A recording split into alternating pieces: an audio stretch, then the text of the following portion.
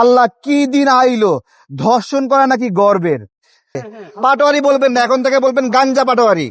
আপনি 71 নিয়ে বললে জুতার মালা দেবে, আর 24 নিয়ে বললে জিভ ছিড়বেন। এই দ্বৈত নীতি বাংলাদেশের পক্ষে না। সুতরাং বিএনপি যতবার বিপদে পড়বে, 71ই বিএনপিকে উদ্ধার করবে।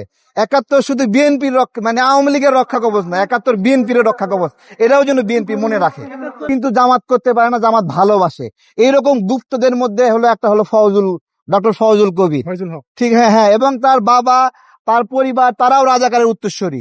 মুখ ফুটে বলতে পারে না, আবার অনেকে আবার মুখ ফুটে বলেও রাজাকার পরিচয় হলো গর্বের। এখন ফজল কবির সেই শুনে সেও এখন বলে রাজাকার পরিচয় গর্বের।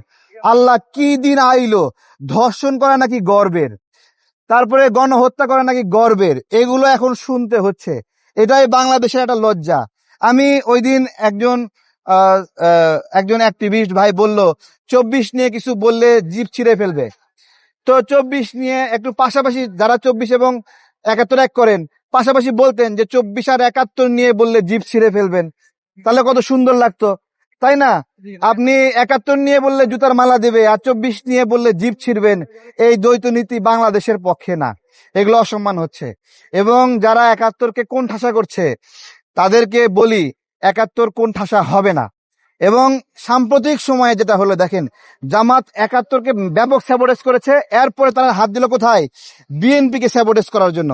এবং বিএনপি ভালো লেভেলে স্যাবোটেজ হয়ে গেল।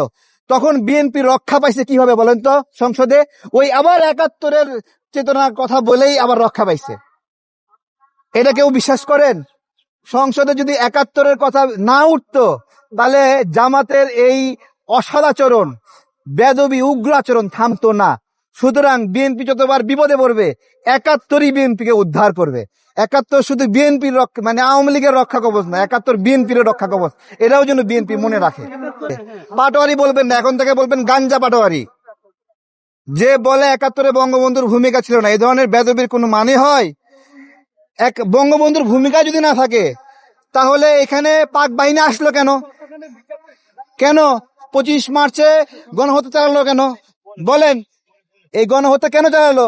এই সামগ্রিক ভাবে বঙ্গবন্ধুর একটা দীর্ঘদিনের লড়াই সংগ্রাম আছে।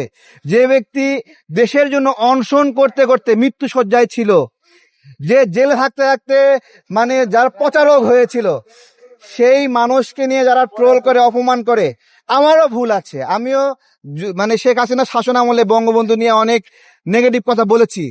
ওই সময় ওই পরিস্থিতিতে বলতে বাধ্য হচ্ছিলাম। কেন? কারণ শেখ হাসিনা সেটাকে নিয়ে একটা স্ট্রং অবস্থানে গিয়ে মানুষের উপর নিপীড়ন করছিল। সেই জায়গা থেকে আমরা বলেছি। কিন্তু এখন মনে হয় যে এগুলো বলা ঠিক না। বঙ্গবন্ধু জায়গায়, শহীদ প্রেসিডেন্টের জায়গায়, আমাদের মাওলানা ভাসানীর জায়গায়। এবং এটা বাংলাদেশের জন্য একটা সৌভাগ্য যে জামাতের আইডিওলজিক্যাল জায়গায় মাওলানা ভাসানী নাই, শহীদ প্রেসিডেন্ট জিয়াউর রহমান নাই, বঙ্গবন্ধু নাই। বাংলাদেশের 3 আইকনিক লিডারের একটাও জামাতের নেতা না। এইটাই হলো জামাতের জন্য দুঃখ। এবং জামাতের জন্য দুঃখ হলো গোলাম আজম তাদের আশীর্বাদ, গোলাম আজম তাদের নেতা, মতিউর রহমান নিজামী তাদের নেতা, তারপরে মীর কাসেম আলী নেতা, তারপরে যে মুজাহিদ নাকি যেন সে নেতা, যারা প্রত্যেকেই আল বদর গঠনের সঙ্গে জড়িত, রাজাকার গঠনের সাথে জড়িত, আল শামসের সাথে জড়িত। এটাই হলো জামাতের ওটা একটা সামগ্রিকভাবে একটা স্যাবোটেজের জায়গা।